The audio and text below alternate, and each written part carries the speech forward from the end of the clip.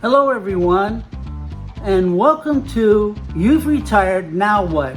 I'm here to help you navigate through these waters of deciding what's the rest of my life going to look like? What's my next phase going to look like? What have I not done that I wanted to do? I'm your host, Michael Kiffmeyer, and each week on this podcast, I give you tips and tricks, processes, and methodologies that can help you through your thought process. So we got a whole lot to talk about. Let's dive in. Today, I would like to talk to you about the 4 phases of retirement. And you might not think that there are 4 phases, but let me share what experience has taught me, what I've learned from others, and everything that I have come up with that kind of breaks this down. Phase number 1, that's your pre-retirement phase. That's the phase that when you were working all those years, all those decades, and you thought, when I retire, didn't you ask yourself that question? When I retire, I'm going to do this, this, this, and this. That's great, but there's more to it. I'd say about 10 years before you start to retire, if you're not already retired already, you need to start thinking of what your financial plan is going to be. You need to think about things like, what kind of lifestyle do I want after I retire? Do you ever tell yourself that after I retire, I'm going to, I'll spend less? Well, I want to share with you, I retired then unretired, and we didn't spend less. Tried our darndest to. We're on a budget, my wife and I, and once you start a habit, it's a tough thing to break. And I usually tell people it takes about 90 days for real change to set in. So you need to, when you are making your plans for retirement, you need to, number one, you need to decide, how much money do I need? What kind of lifestyle do I want? What do I want to do after I retire? And what's my sense of purpose going to be after I retire? You know, when we were working, and we didn't have time to contemplate all the time, what's the purpose of all this? Why am I doing this? Why am I on the face of this earth? Because we're too busy making a living. We're too busy paying bills for houses and automobiles, probably children's college, putting kids through school. That's where our priorities were. But now you have time. You've retired from your, I'm going to say, your 9 to 5, and you got time to say, what am I all about? What really makes me happy? When we were children, we used to have all kinds of dreams, and we used to change what we were going to do with our life when we grew up from day to day. Today I'm going to be an astronaut. Tomorrow I'm going to be a hairdresser. I'm going to be a race car driver. And it just kind of flowed. And we were told we couldn't do that because that wasn't, quote, a practical job. And society defined a practical job is a 9 to 5, and many times in a cubicle or on an assembly line. You know, you have time now that you've retired, and to do what it is you always have wanted to do. But in the planning phase, you need to take all that into consideration. You don't just simply retire and let life happen to you. Because if you retire and let life happen to you, it certainly will. I'm a strong believer in what can go wrong will go wrong. You get past the age of 50 and physical things start to happen to your body. Bodies wear out like anything else. So those are things you need to plan on, because medical expenses can absolutely kill a person when they're retiring. And I don't mean physically killing. What I meant was that they actually can just almost feel like they're dying because such a stress that they're having for all these financial challenges. Uh, I know you've probably been diligent and you've talked to your financial advisor, and that's wonderful. But you also in that those talks with that financial advisor, I'll guarantee you, your retirement was planned for 10, 50, maybe 20 years. But what if you live 25 to 30 years?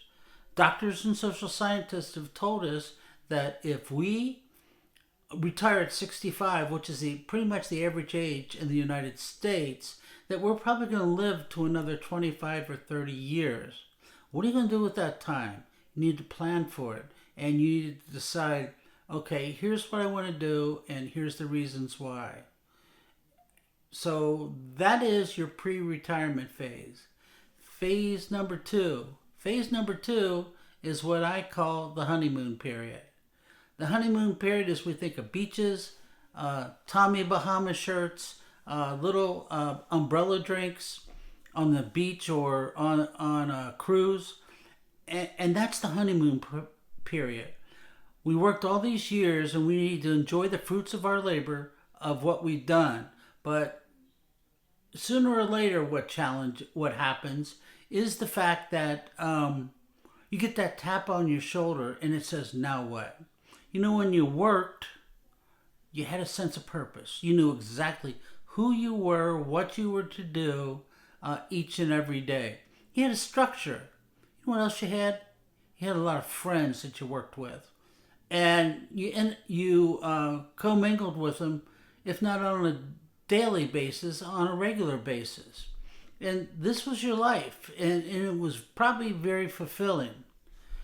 But those friends aren't around like they used to be. And because you know what? They're still working. You're not. So you're going to have to develop some new friends. You're going to have to develop some new connections. Because we were made to be with people. We were made to be a part of others' lives and have them part of ours.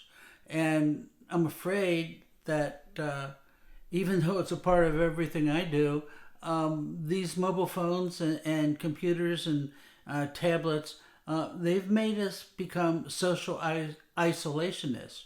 And you know what else did? Pandemic didn't help. Folks got scared. They got scared. There was fear. And they didn't know if they were going to have a job. They were afraid of COVID, and it kind of reset their mindsets.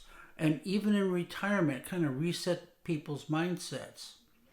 I want to share. I had a client, and it was a man and a wife. Their name was Jonathan and Rochelle, and they had worked in Atlanta. And then they were going to retire down to the Keys in Florida. Well, they did that for about a year, and they were bored out of their minds. The honeymoon period was great, but after a while, it got to the point that they said, this is boring. We're away from our family. We're supposed to enjoy all this, and we miss our old lifestyle. So guess what? They went back to Atlanta. Still have the vacation place down in the Keys, but they wanted to get back in the mainstream, the main flow. They wanted to enjoy their grandchildren and friends and family on a more regular basis. So be aware that the honeymoon period is great, and I certainly want to encourage you to do everything you had planned for in the honeymoon phase. But just know the honeymoon phase doesn't always last. Sometimes it'll go for a year or two, maybe even 3 years, but eventually it might be somewhat boring, if you will. You know, there's a movie with Robert De Niro a few years back, and it had Anne Hathaway in it. It was called The Intern. Make a long story short, it was a whole scenario of where this gentleman had worked at a phone company for 40, 45 years, then retired, did all that honeymoon stuff, and he needed something else to do. So the thing that was comfortable for him was to go back and to get a job. And there was this young startup company advertising for an intern, and here he did at 70 years old, he applied for the job, and he got it. And it goes through to show how he felt much more fulfilled. It added meaning to his life, and it was very purposeful. Well, it goes to show you that even in the movies, they kind of portray to what I'm talking to you about right now. So then we move on to phase number 3. And phase number 3 is what I call the disenchantment phase. This is the phase where you've done everything you wanted to do. You've retired. You might even done projects, worked on hobbies and whatever else. But you're asking yourself that question that I said would happen eventually. And that question is, what am I going to do now? Now what am I going to do? I knew who I was. I had a sense of identity. And now I feel kind of lost. You don't have to feel lost. You might have a different way of doing things now, but even something like getting in social groups online, going to social groups at your church, etc., etc., it keeps you connected. And I like to tell you, connections keep us alive. I have, and I still am, always been a people person. I enjoy people. I enjoy finding out what makes them tick, what makes them go. I want to hear about what their passions are. I like to know about their feelings. How do you feel? Many people don't care about any of that. But I'm a person that does.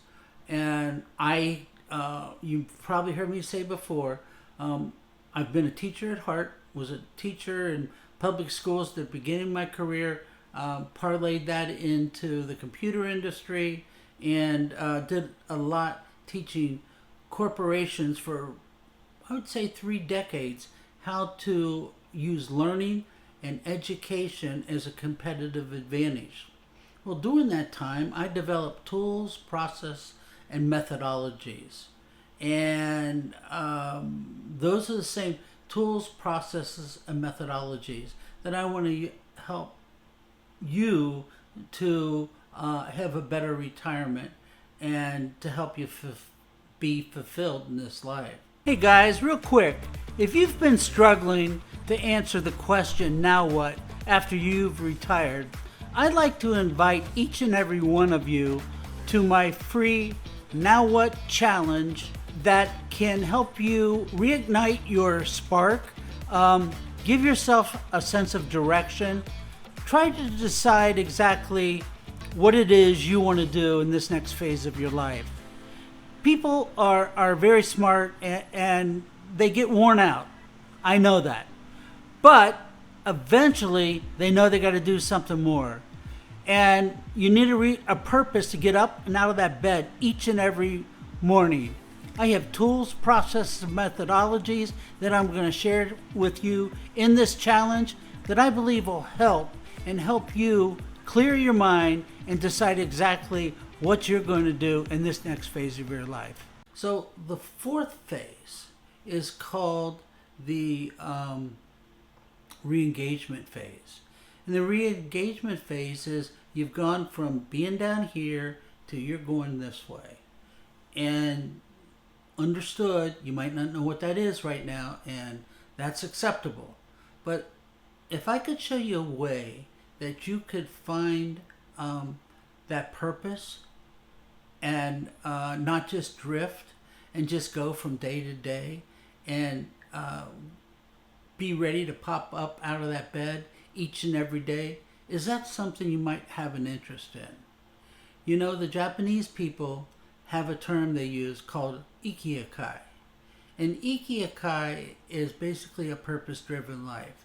They practice it from the time they're young to on into their retirement years. And it's a reason for living. It's a reason that they give themselves each and every day to be happy and grateful, and they're looking to go on to that next phase, whatever it may be. So you can do this. It just takes a little bit of work. Why not work hard to get to where you want to be, to live the life that others never will experience? There's enough people that you've heard in this life that they're constantly complaining. And I always think to myself, and I don't try to judge, but I always think to myself when I hear that on a constant basis, what have you done about it? Or have you just complained about it? And complaining will never get you anywhere. You've heard before that a dream is just a dream until you write it down on paper. Kind of like a vision. And envisioning what you want, it works. I'll give you a great example. Pro athletes. They kind of envision where that pass is going to go, or how they're going to hit that home run, or how they're going to sink that basket. Tennis players do the same thing and they kind of play the game in their minds first before they actually get on the court, basketball field, or the football field, and that gives them the knowledge that I've already been here before. So when it comes to time to actually doing it, it's very familiar, and it's a much easier transition. It takes about 90 days to make a change. But if you have the tools at your fingertips and you know how to use these tools, you got a methodology and a process, then you are going to be much more comfortable. You're not going to feel like you are adrift out in the ocean with no oars. You're going to feel like you have a sense of purpose. This is how you're going to go about it. This is what you're going to do. And you need to keep a schedule of exactly what that is. I'm a big proponent of SMART goals. And when you join the challenge, we'll tell you exactly what those SMART goals are. But real briefly, you use the word SMART and it goes like this. S stands for specific. You've got to specifically identify whatever it is that you want. What you want has got to be measurable. You got to be able to measure something. Otherwise, you're just sticking notes on the wall and you really have no direction. It's got to be achievable. You can't say, I want to go to the moon, and you sit in your backyard in your lawn chair and think you're going to go to the moon.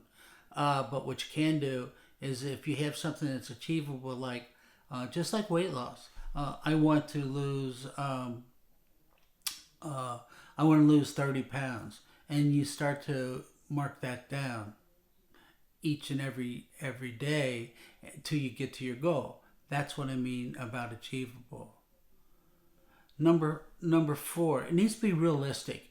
You can't do pie in the sky things like I'm going to be a millionaire. You have no plan to do that, but you tell yourself that. You do your positive affirmations over and over again. You need a plan to make it. And the key thing, number 5, you need to put a time frame to it. I'm going to accomplish this on such and such date. If you do what I usually call creep, crawl, walk, run, then you'll get there. And you start out a little bit at a time, and you need to give yourself some grace, because you might start something and it just doesn't feel right. And that's okay. This is your life. You're designing it. You don't have to answer to anybody else. Well, you might have to answer to your significant other. But other than that, you can do it on your time frame. You did all your responsibilities. Let's say you raised a family. As I said earlier, you put your children through school, you put them through college, and you're real proud of where they are today. Now it's your time. Now it is your time to what are you going to do with this next phase of your life. And that's what it is. It's a phase. It's not a stage. For so long, we thought we just worked and we retired, and that was it. That was a box, okay? Remember what I said earlier about you're already in a box when you had to conform to what the company you work for, be it on an assembly line or in a cubicle. You don't have to do that anymore. And I want you to enjoy your freedom, but know eventually you're going to have to answer to you. And nobody else is putting the pressure on it. But I'll guarantee you, if you've worked hard for many, many years, you're going to feel void if you don't have something to fill it with. And that's what's exciting about the engagement phase, this last phase that we talked about.